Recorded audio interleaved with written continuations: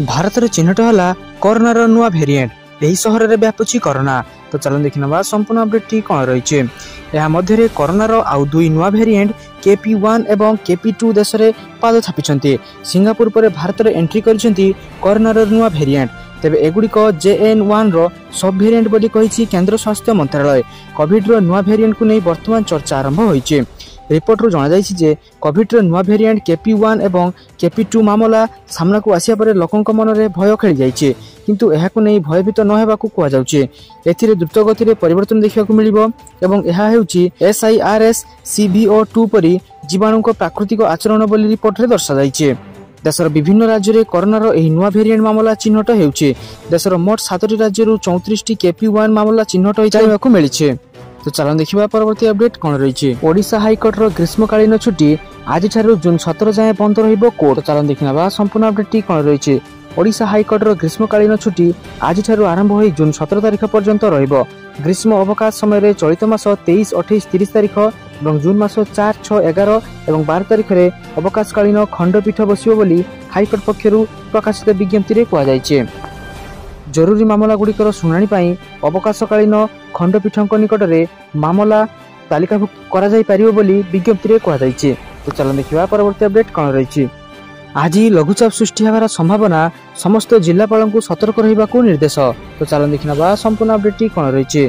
बढ़िला बात्यार आशंका दक्षिण पश्चिम बंगोपसागर में घूर्णिबलय सृष्टि होइछि। एही लघुचाप उत्तर पूर्व दिग को गति करने सहित 24 तारिख में केंद्रीय बंगोपसागर अवपातर रूप नहीं उत्तर पूर्व दिग को गति करें।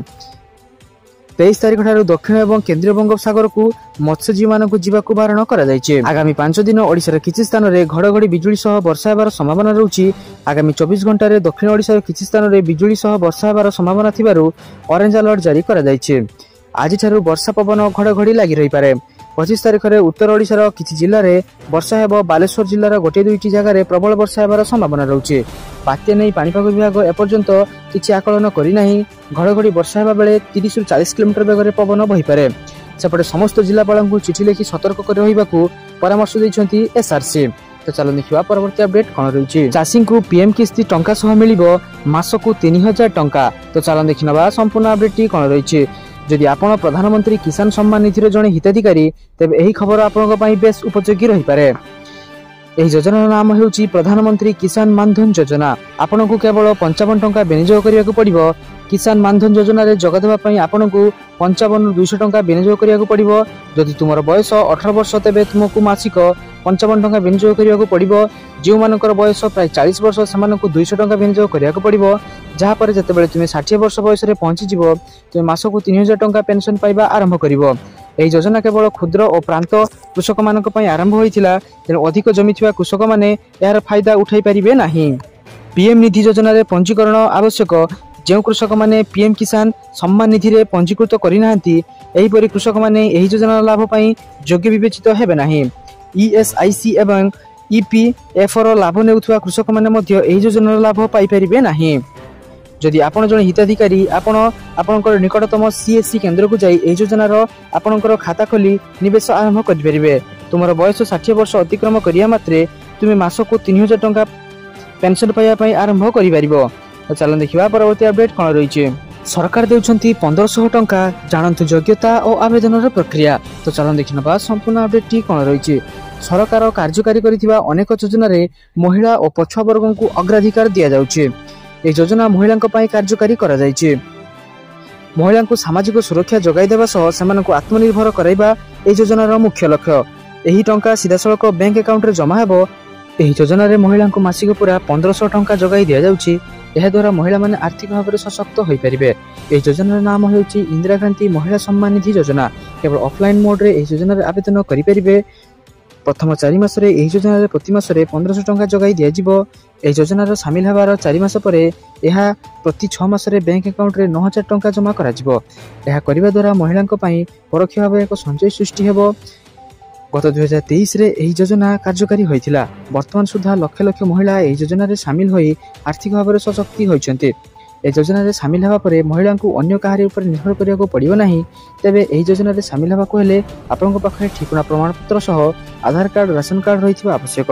या सहित आपनक मासिक आय आधार रे एही योजना रे हिताधिकारी होई परिबे। तो चलो देखिए परवर्ती अपडेट कौन रही। मागणा राशन कथा भूली जातु एतिकी जनक राशन कार्ड हो अमान्य।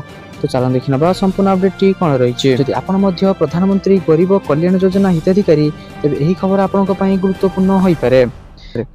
गत वर्ष राज्य बंटन मंत्री साध्वी निरंजन ज्योति संसद एक बड़ विवृत्ति देते जो से कहते 2017 रु 2021 मध्य गत 5 वर्ष मध्य समग्र देश में 2,41,00,000 नकल अयोग्य एवं नकली राशन कार्ड बातिल कर से मध्य कहते जे केवल बिहार राज्य में 7,10,000 राशन कार्ड बातिल कर सेबठारु प्रत्येक राज्यर विभाग नकली राशन कार्ड तालिका प्रस्तुत करुछन्ति।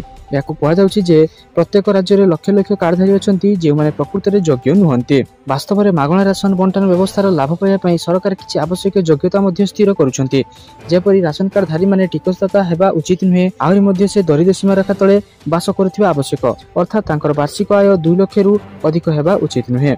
यह व्यतीत तांको घर 4 चकिया जान रहिबा मध्य उचित नुहे किंतु यूपी समेत देशर प्रत्येक राज्य में अनेक कार्डधारी अछन्ति जो माने सरकारक मागणा राशन पाइबा पई कार रे जाइथांती। एहिपरि लोकंकु चिन्हट करा जाउछि जा द्वारा अभावी व्यक्ति एही योजनार लाभ सर्वाधिक भाव में पाई परिबे। तो चलो देखिया परवर्ती अपडेट कौन रही।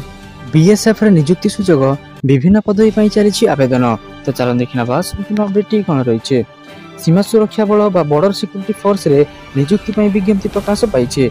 ए नियुक्ति माध्यम रे ग्रुप बी एवं ग्रुप सी विभिन्न पदवी पूरण हेबो। ए नियुक्ति पाई उभय महिला और पुरुष आवेदन करि परिबे। आग्रही प्रार्थी माने बीएसएफ रो ऑफिशियल वेबसाइट bsf.gov.in माध्यम रे ऑनलाइन आवेदन करि परिबे। आवेदन रे शेष तारीख जून 17 तारीख रहिছে।